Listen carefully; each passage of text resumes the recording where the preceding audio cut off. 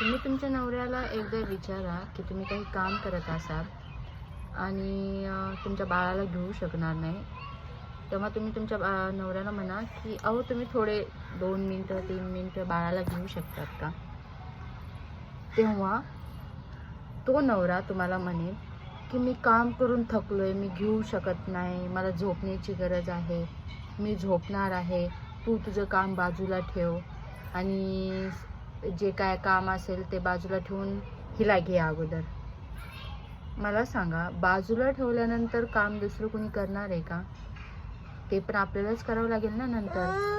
तर त्याच वेळी जर 2 मिनटं 5 मिनटं त्या व्यक्तीनं जर त्या बाळाला घेतला तर काय प्रॉब्लेम असेल?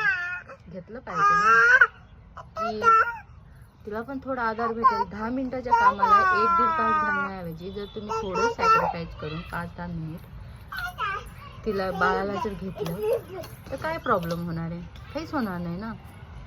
तरी पण त्यांना काम, मी दिवसभर काम केलो, मला आरामाची गरज आहे. आय नो त्यांना पण आरामाची गरज आहे, पण त्या व्यक्तीचं काय, त्याच्या बायकोचं काय, जी सकाळी उठल्यापासून ते दुसऱ्या दिवशी सकाळी उठेपर्यंत जर काम करत असेल, त्या लेकराला सांभाळत असेल, एक आई म्हणून, एक बायको म्हणून, एक सून म्हणून जे सगळं सांभाळत असेल, तर तुम्ही 5 ते 10 मिनिटसुद्धा तिला आराम नाही देऊ शकत?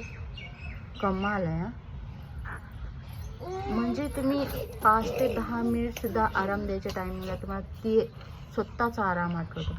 मग त्या व्यक्तीला जीव नाही आहे, त्या व्यक्तीला आरामाची गरज नाही आहे, म्हणजे ती कितीही कॉम्प्रोमाइज करते तर करतच राहावं. म्हणजे तिचं कॉम्प्रोमाइज, सॅक्रिफाईस काही इम्पॉर्टंट नाही आहे. बस तुम्हाला तुमचं आराम इम्पॉर्टंट आहे. मग ती व्यक्ती काम करून मरून जाऊ, झडून जाऊ, निवांत.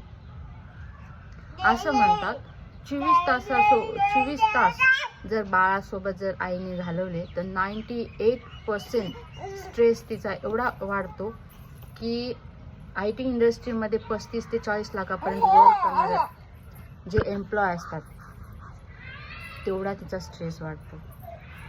तर तुम्ही तिला 2 मिनिटंसुद्धा आराम देऊ शकत नाही. Don't you think it's not good?